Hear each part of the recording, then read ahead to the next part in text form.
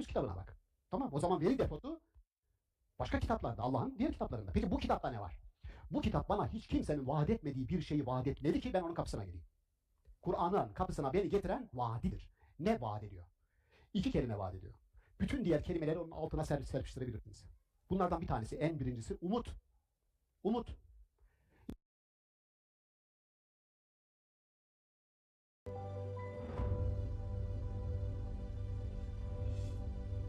Gününüz aydın, ömrünüz bereketli olsun.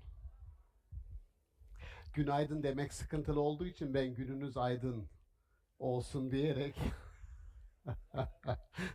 böylece sabah sabah diyanetimizi de almış olalım. Hatırı kalmasın. Şimdi 2 gündür bir konunun etrafında farklı perspektiflerden meseleyi tahlil etmeye çalışıyoruz. Benim toplumsal çözülme yahut çürüme, belki yozlaşma diyebilirsiniz. Bu konuyla ilgili müstakil bir yazım var. Bir röportaj metni yayınlandı. İmkanı olursa ben onu Erdem Bey size göndereyim. Bir grupta onu paylaşalım. Bir 8 sayfalık bir yazı. Sonra İstanbul Okulu'nda toplumsal çürüme ile alakalı bir videomuz var. O videoyu da size öneriyorum. Bizim dinleyenlerden İstanbul Okulu YouTube kanalını buradaki arkadaşlarımızın büyük bir kısmının bilmediğini fark ettik biz. Şimdi kaç kişi bilmiyor diyeceğim, tabii kimse el kaldırmaz. Suçlu ayağa kalk demek olur bu. Dolayısıyla oradan onu lütfen daha detay için bakınız. Şimdi bir defa toplum dediğimiz organizma, dün de konuşuldu Mustafa Hocam, biz ile ben arasındaki ilişkiyi dün gerçekten çok farklı birimler, kesitler üzerinden tahlil etti. Otorite kullanma imkanı olan her birim, bu aile olabilir, toplum olabilir, devlet olabilir. Otorite kullanma erki, imkanı elinde varsa mutlaka ahlaki bir çerçeveyle çerçevelenmesi gerekir. Aksi takdirde ortaya çıkacak olan totaliter yapılardır devlet söz konusu olunca, baskılardır, şizoid, hasta bireylerdir, takiye yapan, gerçek niyetini gizleyen, iki yüz gösteren ve bunu alışkanlık haline getiren çocuklarımız olur. Ya bu ahlaki çerçeveyi lütfen bir kenara koyun ve tutun. Çürümenin temel sebeplerinden bir tanesi, çürümenin ve çözülmenin sebeplerinden bir tanesi bu otorite. Otorite kelimesi, otonomi, mesela birkaç kavram kullanalım. Otonomi dediğimiz kişinin özerk, özgür, birey olarak kendine var etmesi. Bunu ben özellikle okumanızı arzu ederim. Ben felsefesi yapan bir 20. yüzyıl çağdaş düşünürü var. Ben esrar-ı hodi. Kimindir esrar-ı hodi? Benliğin sırları. Bir de rumuzu behodi, bensizliğin işaretleri. İki müstakil, mükemmel kitabı olan, Cebrail'in Kanadı diye bir eseri olan, ön adı Muhammed olan, Pakistan'ın milli şairi olan,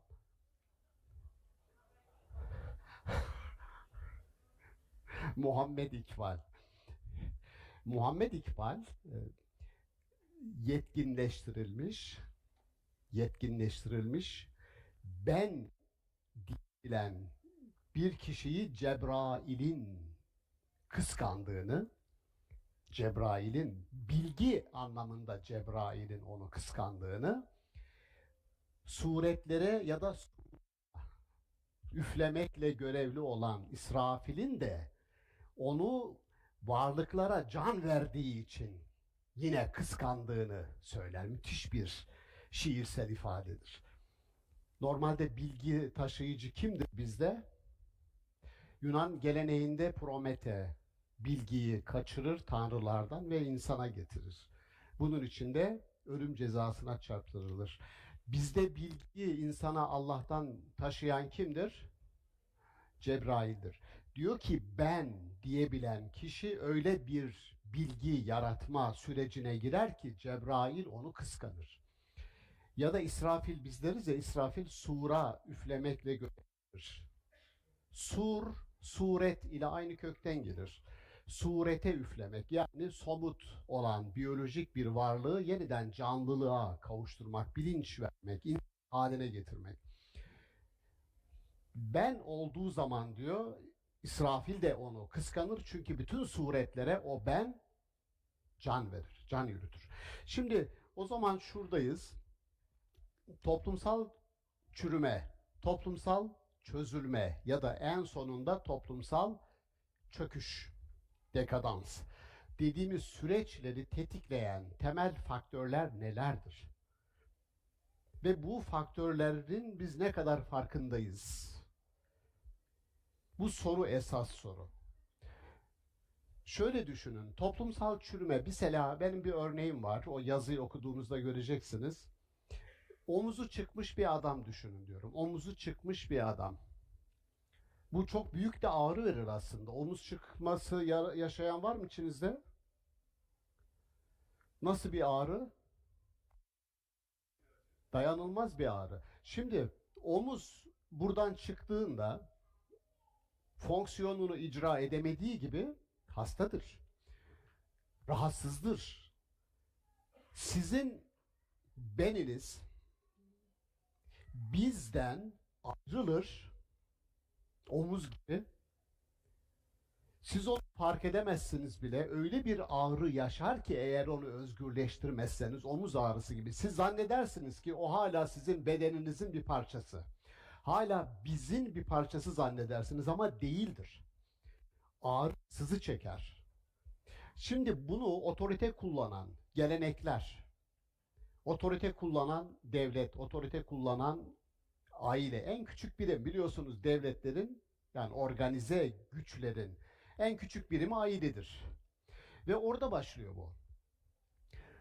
Neden benliğin sırlarını Muhammed İkbal, Esrar-ı Hodi'yi, beni niye vurguluyor?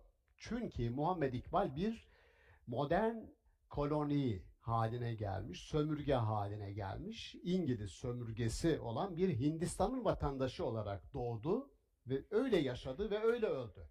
Biz Pakistan'ın milli şairi diye Muhammed İkbal'i biliyoruz ama 1938'de vefat etti. Daha Pakistan falan kurulmuş değil. Hindistan vatandaşıydı. Muhammed İkbal, Londra'da diyor bir camide namaz kılıyoruz. Hintlilerin camisi. Secdeye gittik. Secdede bayağı bir kaldık. Bazı hocalar vardır. Secdeye gidersiniz, nefes ayarlaması da yapmadığınız için orada bayağı bir zorluk çekersiniz. Hoca kalkmaz bilmez, yani kalkmak istemez, öyle kalır, siz de hazırlıksız yakalandığınız için yaşamışlığım vardır. Bayağı bir sıkıntı yaşarız orada. Şimdi diyor ki yanımda diyor bir Türk mücahit var. Bizim Milli Kurtuluş Savaşımız verilmiş, kazanılmış. Yanında bir Türk var. Çıktıktan sonra diyor bu aziz Türk mücahidi sordu bana, dedi ki sizin bu Hintlilerin secdesi neden bu kadar uzun?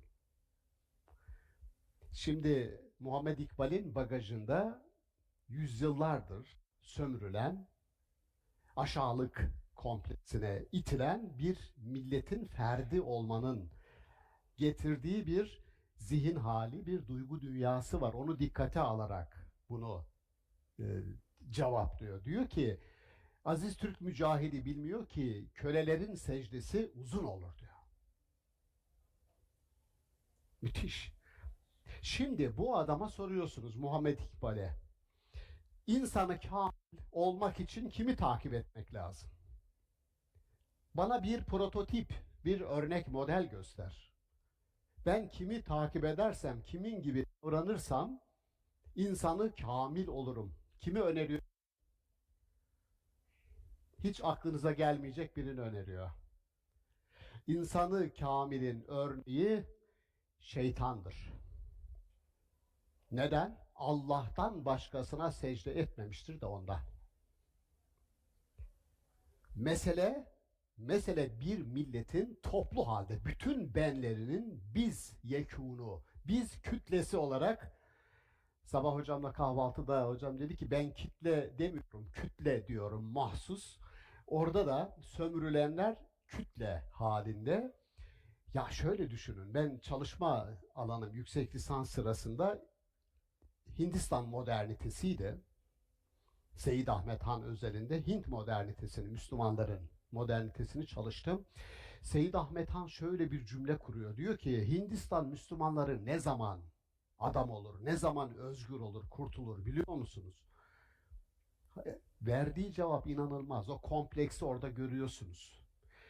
Bir parka gittiğinizde diyor, bankın bir ucunda İngiliz otururken diğer ucuna oturma cesaretini gösterdiğinizde Hindistan özgür olur diyor. Dolayısıyla soru şuydu, bir adam neden bütün felsefesini benliğin sırları, esrarı hodi üzerine inşa eder? Ben. Ve ben Allah'ın yaratma aktına, yaratma eylemine iştirak eder. Allah yaratmayı durmadan artırır, genişletir ayeti kerimesini yorumlarken bu genişletme insan üzerinden olur diyor. Allah'ın yaratmayı artırması, genişletmesi, büyütmesi ancak insan üzerinden olur. Nasıl bir insan? Normalde şöyle bakın, bizim kültürümüz ben kültürü değildir. Kabul edelim bunu. Benden ne türer? Ben, getirin olumsuz bir kelime. Bencil. Bakın, bencil derler. Bencil kimdir? Kendini düşünene bencil demeyiz. Bencil başkasını düşünmeyendir. Şimdi bütün mesele başkası kavramının, öteki kavramının anlaşılmasıyla alakalıdır. İşte kardeş fikri, toplum fikri eğer bu öteki dediğimizi de kendimize tanıdığımız haklar ve sorumluluklar çerçevesinde görebiliyorsak sorun yok. Bütün mesele baştan beri vurgulamaya çalıştığım bir çerçeve meselesidir. O çerçeve, hukukunuz eğer o çerçeveye oturmazsa adalet sisteminiz yozlaşır. Siyaset sisteminiz eğer o ahlaki çerçeveye oturmazsa otoriter ve totaliter bir yapı elde etmiş olursunuz. Eğer ekonominiz ahlaki çerçeveye oturmazsa imtiyazlı gruplar, seçkin gruplar yaratırsınız. Seçkinci gruplar yaratırsınız. Nepotizm yaparsınız, akraba kayırmacılığı yaparsınız. Ve bunlar böyle uzatabilirsiniz. Bütün alanlarda bir ahlaki çerçeve olması lazım. Dolayısıyla şuradayım. Ben kelimesi bizim kültürümüzde bir egoizm, bir egotizm olarak alındı. Hep ötekileştirildi. Muhammed İkbal bir anlamda ailede başlayan, ötekileştirilen, sünepe hale getirilen, uysal hale getirilen bireye, ki bu işte birey demek için 1000 şahit lazım. Bir bireyin, otonom bir bireyden bahsedebilmemiz için Muhammed İkbal ve başka bir isim sunacağım size. Okumanızı öneririm. Kendisi intihar ederek bu dünyadan gitmiş bir adam. Fransız bir düşünür. Gilles Deleuze. İkisinin altını çizdikleri çok değerli bir şey var. Bilgi ve düşünce arasındaki fark. Bireyden bahsedebilmeniz için bireyin bilgi, her türlü bilgiyle donanması falan bu onu birey yapmaz. Birey düşünce üretmek için bütün bu bilgilerin ne işe yaradığını, amacın ne olduğunu sorduğunda ancak düşünce aşamasına geçeriz diyorlar. Şunu tekrar edeyim. Bilgi ve düşünce arasındaki fark nedir? Bütün bilgileri elde ettik, donandık, ağzımıza kadar dolduk. Bu bilgiler Bende ne işe yarar? Toplumda ne işe yarar? Bir medeniyette ne işe yarar? Bu dünya için ne işe yarar?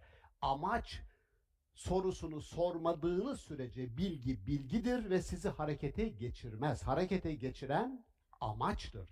Harekete geçtiği an düşünce aşamasına geçer. Düşünce aşamasına geçince de farklılaşırız. Bunu görelim diyor. Bilgide bütün bilgilerimiz, dünden beri herkes bilgiyi depoluyoruz. Okuyoruz. Yıllardır depoluyoruz. Peki neden bu bilgiler insanlarda farklı şekillerde tecelli ediyor, tezahür ediyor? Çünkü herkesin bilgiyi elde etmedeki amacı farklı olabilir, farklı olmalıdır. Farklılığın adı Kur'an-ı Kerim'de nedir? İnni cailun fil ardı. Yeryüzünde ne yaratacağım diyor Allah? Halife. İhtilaf, çeşitlilik, farklılık. Aynı kökten ne gelir? Halife kökünden ne gelir? İhtilaf geldi. Yani farklılık, çeşitlilik. Halife dediğiniz varlık, ya sen Allah'ın yeryüzündeki halifesisin dedikten sonra farklı bir görüş beyan ettiği için adamı sen bir buraya bir gel bakayım diyorsanız, gel senin şu Allah'ın verdiği halifeliği bir elinden alayım demektir. Çünkü halife ihtilaf etme yetisi, yeteneği, cesareti olan adam demek. Bir semantik tahlil yapacağız. Başka muhalefet aynı kökten gelir. Bırakın size muhalefet etsin yani. Ne olur? Ne olur? Muhalefet edince ne olur? Ayet olur. Farklılık, çeşitlilik bizim ulemanın çok altını çizdiği ulema, mütefekkir ulema diyelim. Hepsi için bunu maalesef söyleyemiyoruz. Yani ulema var, bilgi deposu. Fakat düşünce aşamasına geçmemiş. Olsun, o da bir şeyler vermiş.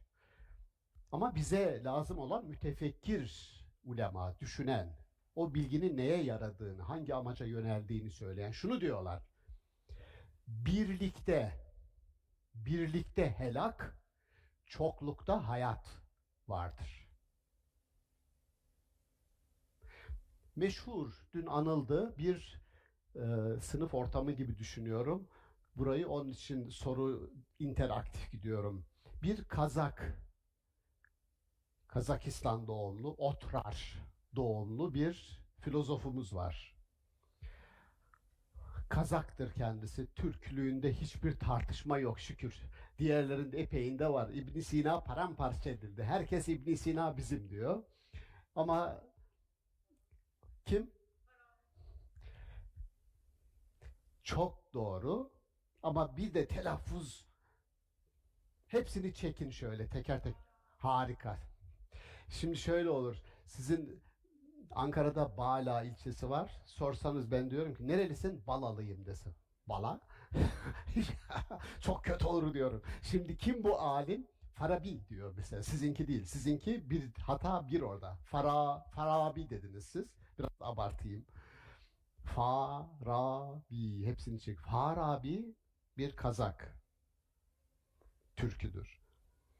Bağdat eğitimini aldı. Epey sıkıntılı bir yaşamı var Farabi'nin. Diyor ki soru şu: biz neden toplu halde yaşarız? Farabi siyaset felsefesi yapmıştır ciddi anlamda. Şunu unutmayın lütfen. O felsefe okuyoruz ya. Yani felsefi kitaplar okuyorsunuz. Kelami kitaplar okuyorsunuz. Politik implikasyonları olmayan, siyasi implikasyonları olmayan hiçbir felsefe yok. Hiçbir felsefe. Yani felsefe nihayetinde kamusal alana, politik alana ilişkin söz söyler. Din de buna dahil. İnsanla ilgili konuştuğun her an mutlaka bunun açılımları var. Siyaset yapıyor değil. Ama verdiği, mesela örnekleyelim ki aminu ve amelu salihatı diyor. Salih ameli nerede yapacaksınız? Faydasını başkasının gördüğü amellerimiz salih amel. Çünkü ıslah edeceğiz, birilerini ıslah edeceğiz. İyi sulha kaynaklık edeceğiz, barışa kaynaklık edeceğiz. Kimi sizin dışınızda birilerine yapacaksınız. Demek ki dışarıda başkalarıyla ilişki olacak, iletişim olacak. Farabi o zaman soruyu şu, yani ben bir dinden besleniyorum. Halaka feheda ayetindeki gibi. Yaratıyor ve yönlendirici ilkelerle bizi donatıyor. Benim yönlendirici ilkelerim, insanlarla ilişki kurarken, iletişimde bulunurken, yönlendirici ilkelerim neler? Kamusal alana çıktık. Top yaşıyoruz. Farabi diyor ki neden toplu halde yaşarız? Çünkü toplu halde yaşamak istenilen, arzu edilen bir şey değil. Hürriyetlerinizin büyük bir kısmı elinizden alınır toplu halde yaşadığınız zaman. Bunu en fazla altını çizen modern dönemde Jean-Jacques Rousseau'dur. İnsanın doğası çölde yaşamaya elverişlidir diyor. Vahşi doğası vardır. Biz insanları şehirlerde medeniyet kurarak yaşayın diye ikna ederiz. Özgürlüklerinin büyük bir kısmını feda etmek pahasına gelirler şehre. Ama unutmayın siz her zaman vahşi tabiata, vahşi doğaya sahip varlıklarsınız diyor. Siz medeni vahşilersiniz. Bu Jean-Jacques Rousseau'nun ifadesi. Medeni vahşilersiniz. Bugün ne kadar medeni vahşiler olduğumuzu bütün çıplaklığıyla dünya yaptıklarıyla, ettikleriyle gösteriyor. Yani çok sofistike silahlar kullandığımız için medeniyiz biz, öyle mi? Orhan hocamla yolda gelirken avcı toplayıcı toplumlar, tarım toplumları konuşuyorduk. Hocam dedik ya ilk toplumlar diyordu savaşmıyorlardı birbiriyle diyor. Savaş yoktu diyor. Adamlar avlanıyorlardı diyor. Öyle. Şimdi biz medeniyiz. Birbirimizi öldürecek çok sofistike silahlar geliştirdik. Jean-Jacques Rousseau, şimdi şunu soruyoruz. Sorum baki. İnsanlar neden toplu halde yaşarlar? Farabi'nin cevabı şu. Tam bir aslında Selçuklu kültürüne de uyan, Osmanlı kültürüne de uyan bir cevaptır bu. Kozmopolitanizm dediğimiz şey, heterojen toplum dediğimiz şey. Ne kadar çok farklılık varsa insan o kadar yetkinleşir, kemale erer. Çünkü birbirimizin farklılıklarından besleniriz. Mükemmel. Farklılıklar, ne dedik başta? Şunu söyledik. Teklikte helak, çoklukta hayat var. İnsanları tek tipleştirmeye çalışırsanız, kendi diyorum ya bu nerede başlar? Ailede başlıyor.